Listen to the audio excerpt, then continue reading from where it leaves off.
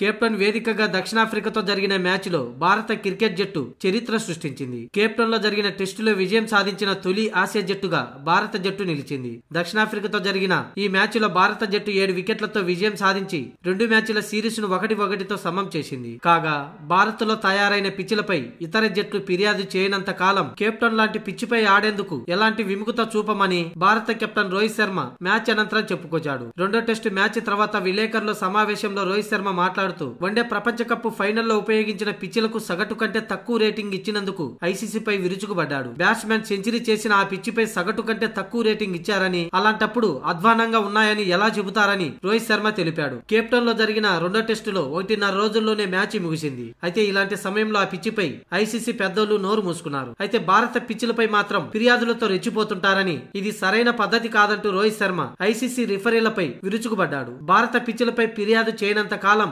ఇలాంటి పిచ్చిలపై ఆడేందుకు మేము సిద్ధంగా ఉన్నామని, ఎలాంటి పిచ్చిల్లోనైనా సరే వారి స్వదేశంలో ఆడేందుకు మేము ఎలాంటి లోపాలని ఎత్తు చూపమని, కానీ తమ స్వదేశంలో వచ్చేసరికి ఐసీసీ రిఫరీలు మాత్రం రెచ్చిపోయి వాటికి తక్కువ రేటింగ్ ను ఇస్తున్నాయని, ఇది పద్ధతి కాదంటూ ఐసీసీకి చురకలంటించాడు రోహిత్ శర్మ. 1.5 రోజుల్లోనే మ్యాచ్ ముగిసిన పిచ్చిపై ఎటువంటి నోరు మెదపరు గాని టీమిండియా పిచ్చిల విషయానికి మాత్రం పెదవి విరుస్తుంటారని ఐసీసీ రిఫరీలపై రోహిత్ శర్మ ఆగ్రహం వ్యక్తం చేశాడు. ప్రపంచ కప్ సగటు రేటింగ్ కంటే అధ్వానంగా ఉన్నాయని నేను నమ్మను. ఓ బ్యాట్స్మెన్ సెంచరీ చేశాడు, ఆ పిచ్చి ఎలా చెడ్డది అంటూ రోహిత్ శర్మ ఆగ్రహం వ్యక్తం చేశాడు. పిచ్చును రేటింగ్ చేసేటప్పుడు రిఫరీలు సిద్ధం చేసే చార్టును నేను చూడాలనుకుంటున్నాను. మొదటి రోజు నుంచి భారత్ లో బంతి తిరుగుతుందని మాకు తెలుసు, కానీ రిఫరీలు మాత్రం సరిగ్గా అంచనా వేయడం లేదు. మొదటి రోజు నుంచి బంతి స్వింగ్ అవుతున్నప్పుడు చెత్త రేటింగులు ఇవ్వడం ఏంటంటూ, ఇది సరైన పద్ధతి కాదంటూ ఐసీసీ రిఫరీలకు చురకలు అంటించాడు రోహిత్ శర్మ.